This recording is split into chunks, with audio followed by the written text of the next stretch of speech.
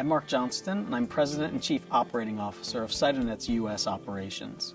I hope you'll find the next few minutes useful in helping you to better understand urea cycle disorders, or UCDs, as well as to learn about a clinical study enrolling patients for urea cycle disorders. Urea cycle disorders are inborn errors of liver metabolism where one of the enzymes that processes the downstream products of protein metabolism is deficient or absent. There's 6 enzymes that are used in the process of protein metabolism to get rid of the nitrogen. And when one of those enzymes is deficient, then it results in a buildup of ammonia in the bloodstream. Urea cycle disorders are extremely rare. They're kind of an ultra-orphan disease. The estimated incidence is about 1 in 10,000.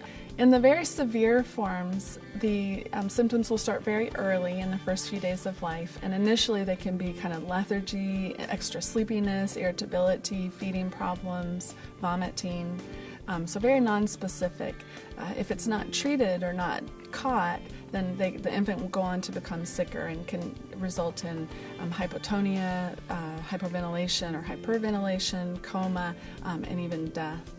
If a physician is seeing a newborn or a neonate who's very ill, I think it's important to send an ammonia level early on. The diagnosis of urea cycle disorders is made by detecting an ammonia that's elevated.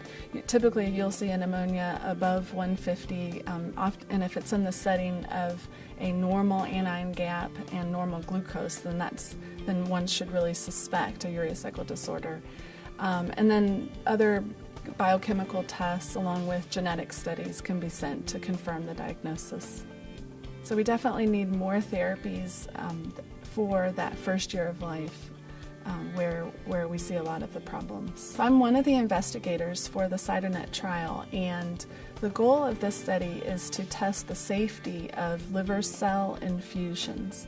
And so it's infusing the hepatocytes, or just the liver cells themselves, into the liver to try to give a child with urea cycle disorder some function, so give them enough enzyme function to protect them so that they won't get high levels of ammonia. Yes, Selica 3 is a phase 2 clinical trial. It's utilizing liver cell therapy, which is an investigational product. It's to understand the safety and efficacy of liver cell therapy for children with urea cycle disorders. This trial is open to children 1 day old up to 5 years of age, both male and female. They have severe urea cycle defects in 3 specific enzymes, citrullinemia, CPS1, and OTC. The cells are placed in the portal vein of the liver via a catheter, and the cells during this period of time integrate into the parts of the liver right at the liver cell plate. And those cells in that integration process provide the necessary enzymes that will overcome the deficiencies that these children have. The initial risks are the placement of the catheter, and just requires a surgical technique and needs some training of the physicians.